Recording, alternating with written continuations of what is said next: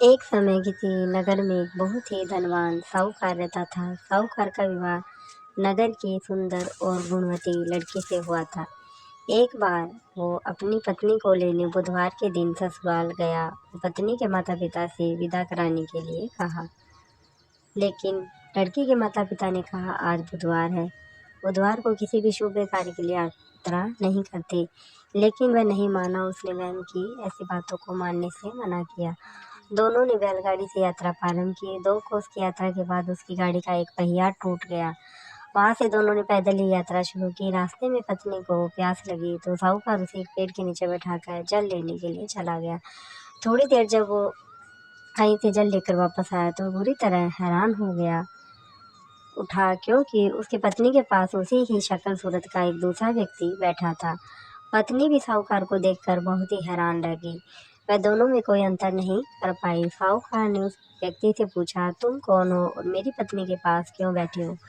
साहूकार की बात सुनकर उस व्यक्ति ने कहा, अरे भाई, ये मेरी पत्नी है। मैं अपनी पत्नी को ससुराल से विदा कर लाया हूँ, लेकिन तुम कौन हो जो मुझसे ऐसा प्रश्न कर रहे हो? साहूकार ने लगभग चीखते हुए कहा, तुम जरूर कोई चोर या ठग हो। ये मेरी पत्नी है। मैं इसे पेड़ के नीचे बैठाकर जल लेने गया था। इस पर उस व्यक्ति ने कहा, अरे भाई, झूठ तुम बोल रहे हो। पत्नी को प्यास लगने पर जल लेने तो मैं गया था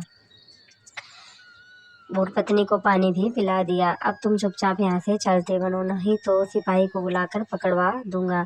दोनों एक दूसरे से लड़ने लगे। उन्हें लड़ते देखकर बहुत से लोग वहां एकत्रित हो गए।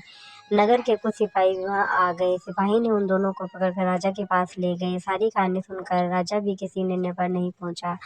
पत्नी भी उन दोनों में से अपने वास्तविक पति को नहीं पहचान पा रही थी। राजा ने उन दोनों को कारागार में डाल देने को कहा।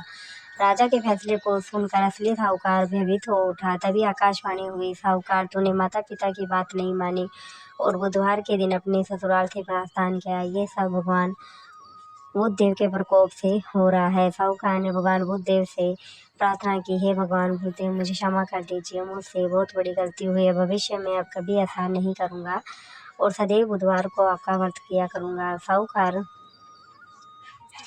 की प्रार्थना से प्रसन्न होकर भगवान बुद्ध देव ने उसे क्षमा कर दिया। तभी दूसरा व्यक्ति राजा के सामने से गायब हो गया।